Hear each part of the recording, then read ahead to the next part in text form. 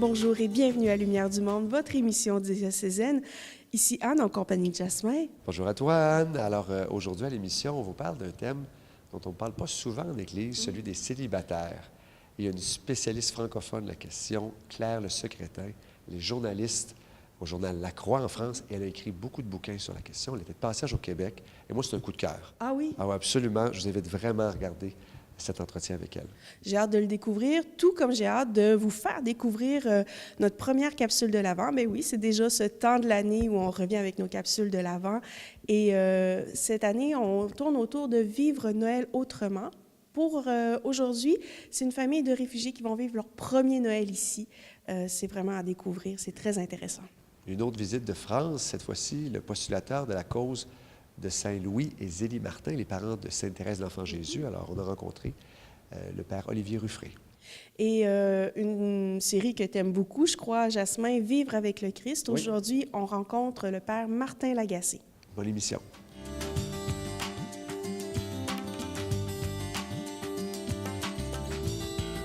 Je m'appelle Martin Lagacé, j'ai 56 ans, je suis prêtre de la communauté de l'Emmanuel depuis 24 ans et du diocèse de Québec depuis quelques années et je suis vicaire dans la paroisse de Saint-Thomas d'Aquin.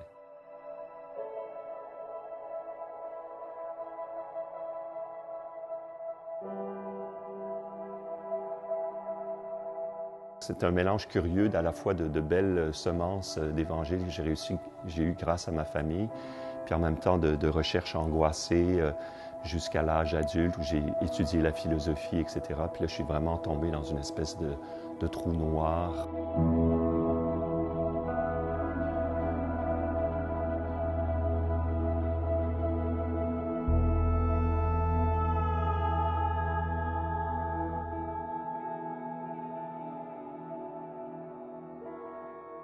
Mes parents ont divorcé à ce moment-là, j'étais à l'université.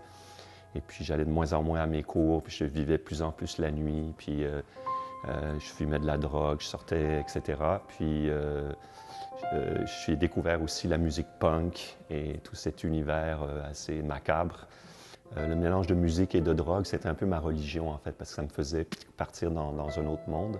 Mais en même temps, ça me faisait décoller du réel. C'est ça qui m'a fait beaucoup de mal. Je sortais beaucoup, j'avais des blondes, puis etc. Je voulais vivre le grand amour. Mais comme je disais, j'étais pas en fait capable vraiment d'aimer au sens du don de soi. Ô Marie, ton amour est fidèle. Sans toi, la tendresse maternelle. Et si je pleure et que ça ne va pas, je sais que tu me portes dans tes bras. À la parole de l'ange tu as cru, et dans ton sein tu as porté Jésus. Maintenant que tu es dans le ciel, c'est moi que tu portes pour la vie éternelle. Et je veux... Et un jour, ma sœur m'a dit, écoute, tu devrais faire une retraite de guérison intérieure. Puis ça résonnait en moi. Je me suis dit, ben oui, je vois que je ne suis pas capable d'aimer, en fait. Et puis là, j'ai rencontré une jeune fille qui m'a tout de suite compris. C'est une personne qui a compati. Je pense qu'elle avait souffert, elle aussi. Puis un jour, elle m'a dit, ben je prie beaucoup pour toi. Et non, elle dit, je prie beaucoup pour telle personne dans le groupe. Puis là, je me dis, ben j'espère qu'elle prie pour moi. Puis elle dit, mais toi aussi, je te porte. Et c'est curieux, c'est la parole, c'est la torpille qui m'a touché, coulé. J'ai vu dans son regard l'amour du Christ pour moi. Parce que Jésus, c'est lui qui nous a donné le salut, c'est lui qui nous a donné la médication, la prescription, c'est l'Évangile. Mais tu sais, une prescription, il faut se l'appliquer. Il faut une bonne infirmière pour le faire, surtout quand tu es très malade. Alors Marie, c'est celle qui applique l'Évangile, la grâce de Jésus, qui nous ouvre à l'action du chirurgien aussi, qui fait l'opération du cœur, avec une douceur, une perfection, un charme infini. Qui dilate le cœur et qui nous donne l'amour de l'Église, l'amour de l'Eucharistie, l'amour de la parole de Dieu. La réponse que j'ai eue dans mon cœur, ça a été l'évidence que je ne serais pas comblé tout de suite, mais qu'il y avait un chemin de vérité que je pouvais faire, mais que moi, il fallait que ma vie devienne belle aussi. Que la beauté, ce n'est pas juste un trip esthétique, mais c'est la beauté de la vérité, de l'amour, de la justice, ces choses-là.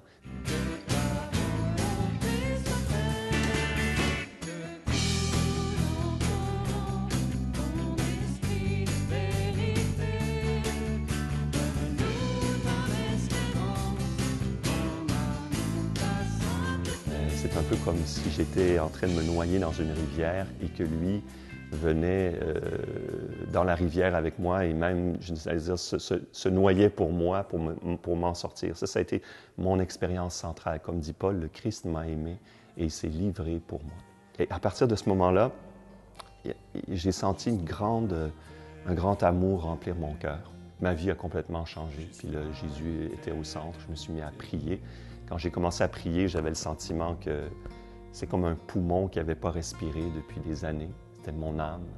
Et que son oxygène, c'était l'Esprit Saint.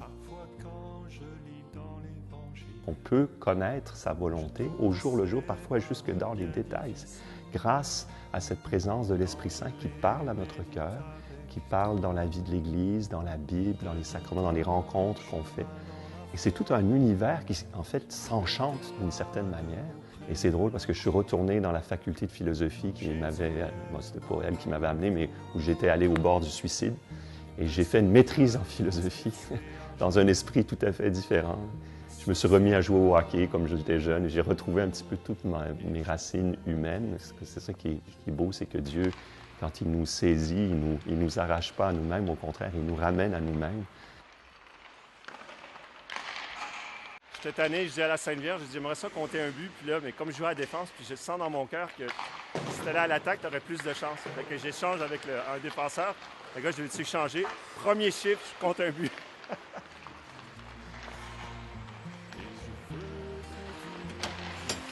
On est le même, mais en même temps, tout a complètement changé. Ça ne veut pas dire que tout est facile, parce que on traîne des vieux péchés, des vieux démons, puis il faut se convertir, il y a des luttes. Mais on s'aperçoit que Dieu ne cesse de nous pardonner et qu'il nous aime inconditionnellement. Pour moi, vivre avec le Christ, c'est mendier chaque jour son amour, sa grâce, pour en être ensuite témoin.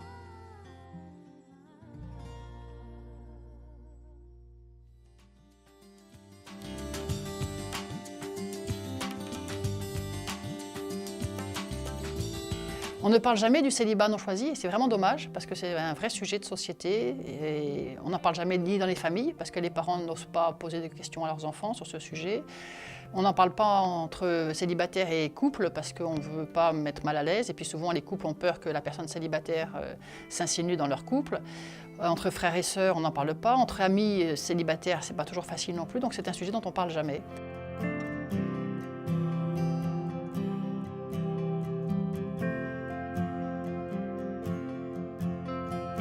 Aujourd'hui, notre société fabrique du célibat, elle fabrique de la solitude, elle fabrique du célibat au sens où elle n'offre plus d'occasion de rencontre entre 20 et 25 ans, l'âge idéal, je dirais, pour rencontrer quelqu'un et s'engager dans la durée pour vivre en couple et fonder une famille.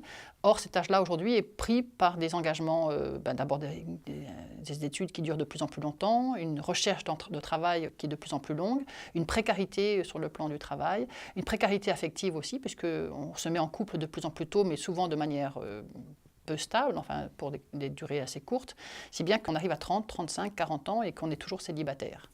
La personne célibataire se sent toujours un peu poussée par les autres, confrontée par les autres à un regard négatif, un regard qui, en gros, fait passer le message que si tu es célibataire, si tu n'es pas marié, c'est que tu l'as choisi, c'est que c'est ta faute. Enfin, cette pression sociale d'un côté, cette culpabilité personnelle de l'autre, font que la conjonction des deux devient vraiment très douloureuse.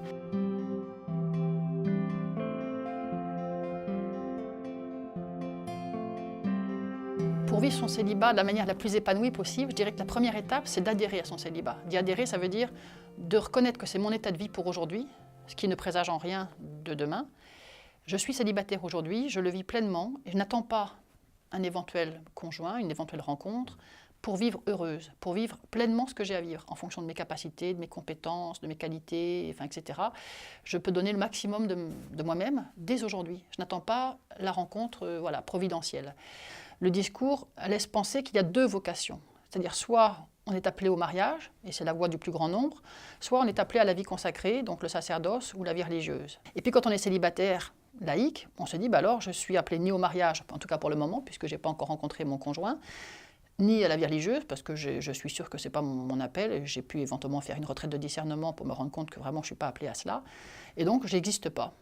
Et le gros problème vient que dans l'Église, on ne distingue pas, on confond la vocation et l'état de vie. Et ce n'est pas du tout pareil. La vocation, c'est l'appel, hein, vocare en latin, c'est appeler.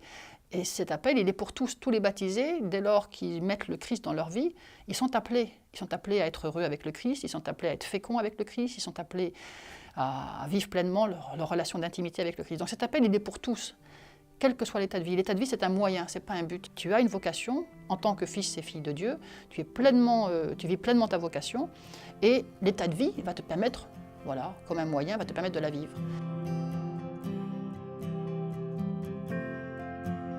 Alors les célibataires ont des grâces un peu particulières. Hein, la première, je dirais, c'est celle de la pauvreté, parce que quand on est célibataire, on ne peut pas cacher qu'on est pauvre, il nous manque quelqu'un. Eh bien, elle rejoint cette première béatitude, hein, bienheureux les pauvres de cœur. Les pauvres de cœur, qu'est-ce qui leur arrive? Là aussi, le Seigneur dit ça au présent, le royaume des cieux est à eux. C'est-à-dire qu'ils ont d'emblée cette certitude, et ils n'ont pas besoin d'attendre pour ça la vie éternelle, d'emblée le royaume des cieux est à eux, c'est-à-dire qu'ils peuvent être comblés par Dieu dès aujourd'hui. J'aime bien faire un petit jeu de mots, c'est pas moi qui l'ai inventé, mais célibataire, on peut rapprocher ça de Celi Beatus. Celi, le ciel, Beatus, le bonheur. Donc le bonheur du ciel, dès à présent, pour les célibataires qui se reconnaissent pauvres. Deuxième grâce, celle justement de l'évangélisation, parce que sa richesse vient de Dieu et il en témoigne. Une troisième grâce qui est liée aux deux premières, une grâce d'intercession. Le cri du pauvre rejoint le Seigneur, c'est dit là aussi plusieurs fois dans l'Évangile. Donc celui qui se reconnaît pauvre dans son célibat et qui met Dieu dans sa vie, eh ben, il peut intercéder, il peut avoir une puissante intercession très grande, peut-être même qu'il dépasse, enfin il ne le sait pas forcément, mais voilà, il peut intercéder beaucoup. Et puis une quatrième grâce qui est le résultat de tout cela, effectivement une grâce d'être aimé de l'Église, hein, un amour particulier de l'Église. Le pape Jean-Paul II l'avait dit quand il était venu en France, il avait commencé cette grande journée pour les familles en Bretagne en parlant des célibataires. Et il avait dit, vous célibataires, votre Église est votre famille. Et vous devez être reçus et aimés dans votre Église, dans votre famille, hein, de manière privilégiée. On pourrait imaginer que dans les diocèses du Canada et du Québec, il y ait vraiment une personne référente qui permette que des personnes célibataires se sentent accueillies, se sentent accompagnées dans leur état de vie. Et puis se disent, l'Église nous reconnaît une place, nous reconnaît un rôle, nous reconnaît une mission. Et c'est très important de marquer ça, de signaler ça par des gestes, des paroles, des temps forts. Pourquoi pas organiser aussi des soirées pour célibataires dans les paroisses, des rencontres au niveau diocésain. Il y a plein de choses à faire. Il est bien dit dans l'Évangile, celui qui demeure en moi et en qui je demeure portera du fruit. Hein, il n'est pas dit celui qui se marie portera du fruit ou celui qui aura des enfants portera du fruit. C'est dit celui qui demeure en moi. Donc là, dès lors qu'on vit sa vie de célibataire en Christ, en essayant de vivre une relation d'intimité dans la prière avec Jésus, dès lors qu'on vit cela, on a une certitude qu'on portera du fruit.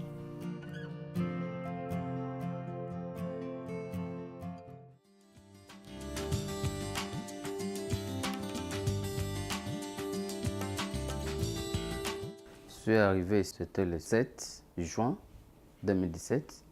Je suis congolais, mais j'ai resté souvent au Malawi dans un camp de refuge. C'est une communauté catholique. Oui, c'est bon. Il nous a bien accueillis. C'est beaucoup de choses qu'il nous a donné. Avec des livres, des draps. Et oui, beaucoup de choses qu'il nous a donné. Nous sommes nombre de 7. Oui. Moi et ma femme et 5 enfants.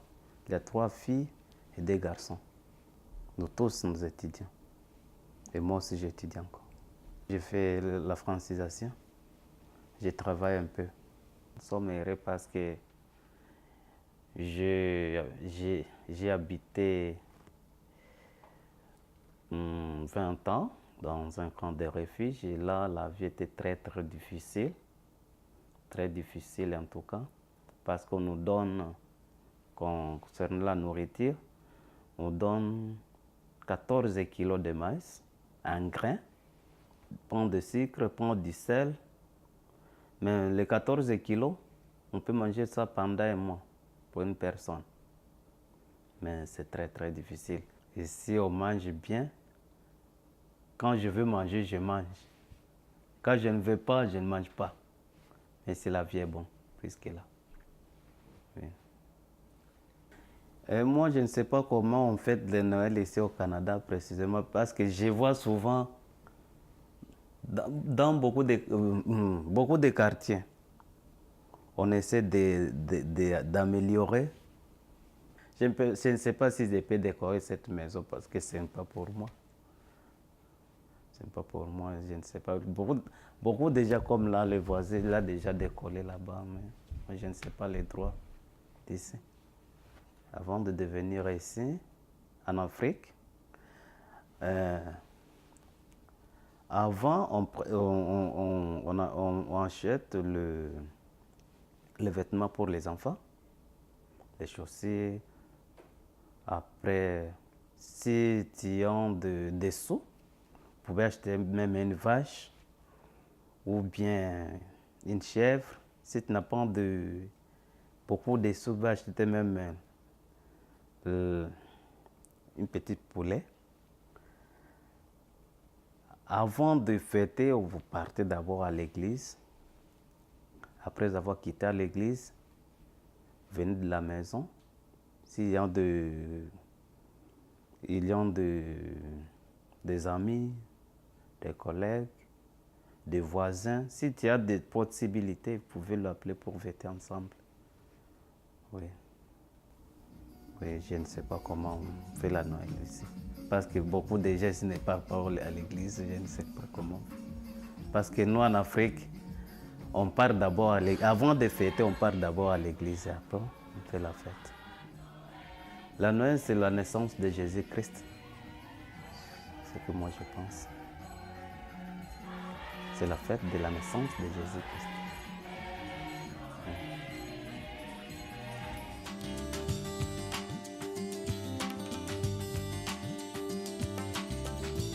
C'est une chance qui nous est offerte dans la vie de l'Église que d'avoir Louis et Zélie Martin. Ils nous font comprendre quel est l'appel universel à la sainteté. Louis et Zélie nous apprennent à le vivre au plus concret de notre existence, dans chacun de vos couples, dans chacune de nos familles. Et nous sommes tous d'une famille, nous ne sommes pas nés de la pluie et du vent, nous nous enracinons tous dans une famille. Comment grandir dans la confiance et l'espérance à la lumière de la vie de Louis et de Zélie Martin. Louis est d'une famille où l'on prie, où l'on met Dieu à la première place. Louis sera habitué à voyager au gré des changements de garnison de son papa. Quant à Zélie, elle est aussi dans une famille très pieuse, elle aussi, mais elle ne bouge pas. Elle est dans la campagne autour d'Alençon, où ils vont habiter prochainement, et elle sera pieuse avec sa famille à cet endroit-là. Louis et Zélie, parce qu'ils aimaient Dieu comme les jeunes aiment Dieu, avec une générosité sans borne, avaient envisagé de devenir religieux. Alors chacun pour leur part, Louis au Grand Saint-Bernard en Suisse, mais il n'a pas fait de langues anciennes, il n'a pas fait ses humanités, appris les langues anciennes, le latin, le grec, l'hébreu. Il va comprendre alors que le Seigneur l'appelle ailleurs. Et puis quant à Zélie, elle habite à Alençon depuis un bon moment, elle est habituée à être chez les sœurs filles de la charité, et avec elle à porter des marmites auprès de celles et de ceux qui ont le plus besoin. Un jour, elle va avec sa maman à la porte du couvent, elle tire sur la sonnette, et puis la mère supérieure sans embâche répond « Non, vous n'avez pas la vocation ». Et elle fait cette prière, elle dit Seigneur, puisque je ne peux pas devenir votre épouse comme ma sœur, parce que sa sœur vient de rentrer au couvent, eh bien permettez que je me marie, en substance, elle dit ça, et que j'ai de nombreux enfants, et qu'ils vous soient tous consacrés. Et déjà, nous nous apercevons de la puissance d'intercession de Zélie, parce qu'ils auront avec Louis de nombreux enfants, 9, et ils vont tous être consacrés au Seigneur, 4 trop tôt dans la vie du ciel, et puis 5 filles qui rentreront au couvent, chacune pour leur part.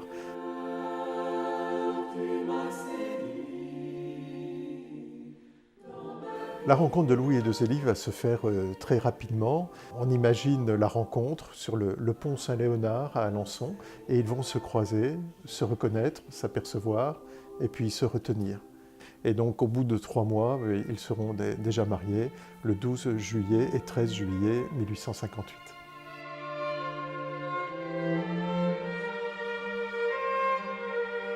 Alors Louis et Zélie ne sont pas canonisés parce qu'ils sont les parents de Sainte Thérèse. Si nous avons Sainte Thérèse, c'est parce que nous avons d'abord Louis et Zélie.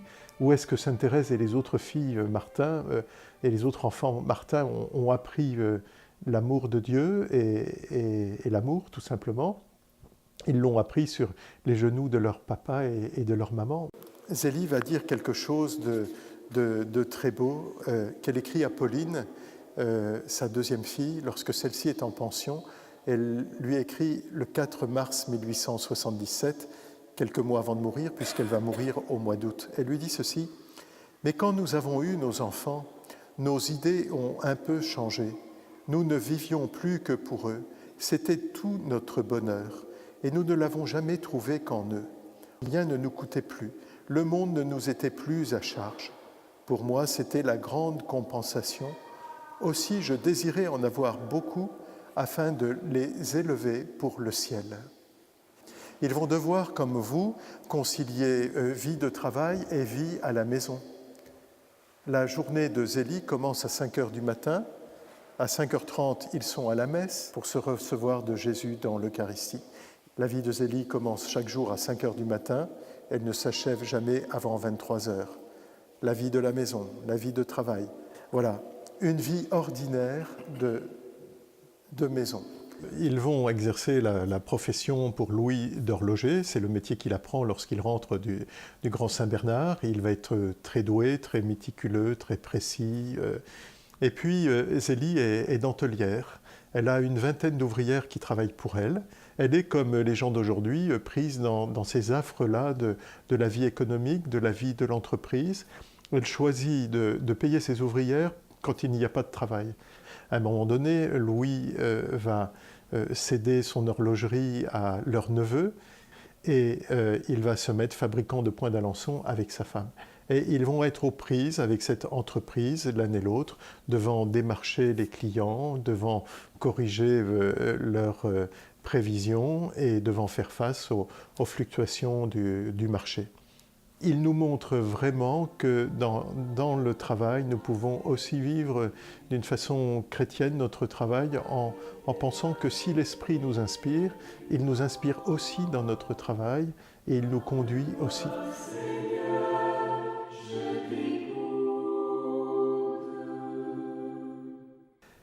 Peut-être que nous pourrions voir quel message d'espérance il y a à travers le fait d'être canonisés ensemble, que Louis et Zélie peuvent, me semble-t-il, dire beaucoup, et beaucoup à toutes les familles.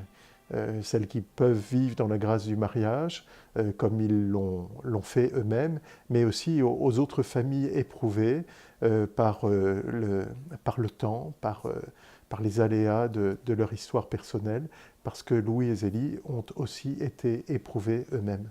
Ils vont perdre 4 de leurs 9 enfants. Alors à l'époque, c'est courant, beaucoup d'enfants meurent en bas âge, on ne sait pas les accueillir médicalement comme il le faut, on ne sait pas les soigner comme il le faut. Encore, il y a une mortalité infantile assez forte, mais ils sont éprouvés, comme tous les parents sont éprouvés en pareil cas, et là ils peuvent être d'une aide précieuse pour accompagner les parents sur ce chemin douloureux de cette épreuve. Ils vont connaître la maladie. Zélie, toute jeune maman qu'elle est, alors que Thérèse n'a que 4 ans, Zélie est atteinte d'un cancer du sein. Donc on imagine la désolation de la famille. Voilà. Donc, ils sont éprouvés par la maladie de la maman, puis par l'absence de la maman. Ils ont été mariés pratiquement 19 ans, et Louis a été veuf 17 années, pratiquement autant que dans la grâce du mariage qui les a unis l'un et l'autre. Et Louis est resté fidèle à son épouse, et au Buissonnet, on a vécu dans le souvenir de la maman qui manquait, et à un moment donné, on a su dépasser ce moment-là. Et il me semble, parce que Louis est seul à un moment donné, qu'il peut aussi, et que Louis et Zélie peuvent dire quelque chose aux parents qui sont seuls. Louis et Zélie ne s'adressent pas seulement aux parents qui vivraient dans la grâce du mariage avec des filles religieuses, par exemple, puisque c'est leur cas. Ils s'adressent comme saints de l'Église à l'universalité de l'Église.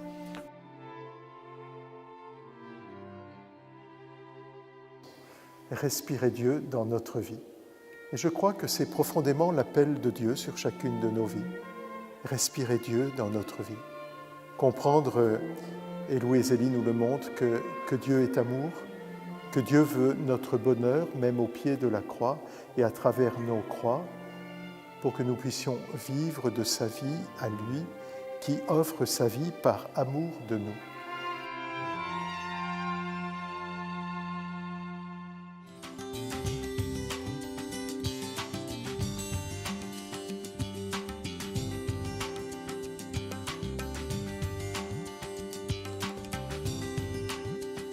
Alors, le temps de l'Avent, le temps de Noël, Jasmin, n'est-ce pas, c'est un temps privilégié pour le partage.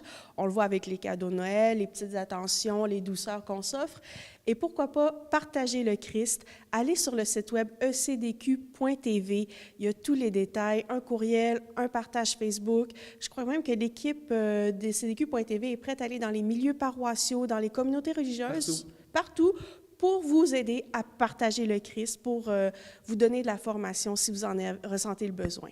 Vraiment, partager le Christ, c'est participer à la mission de l'Église. Absolument. Et puis, la semaine prochaine, on poursuit cette saison de l'Avent avec une autre capsule. On vous parle du nouveau CD de Noël des prêtres de notre diocèse avec Mario Pelchat et des artistes invités.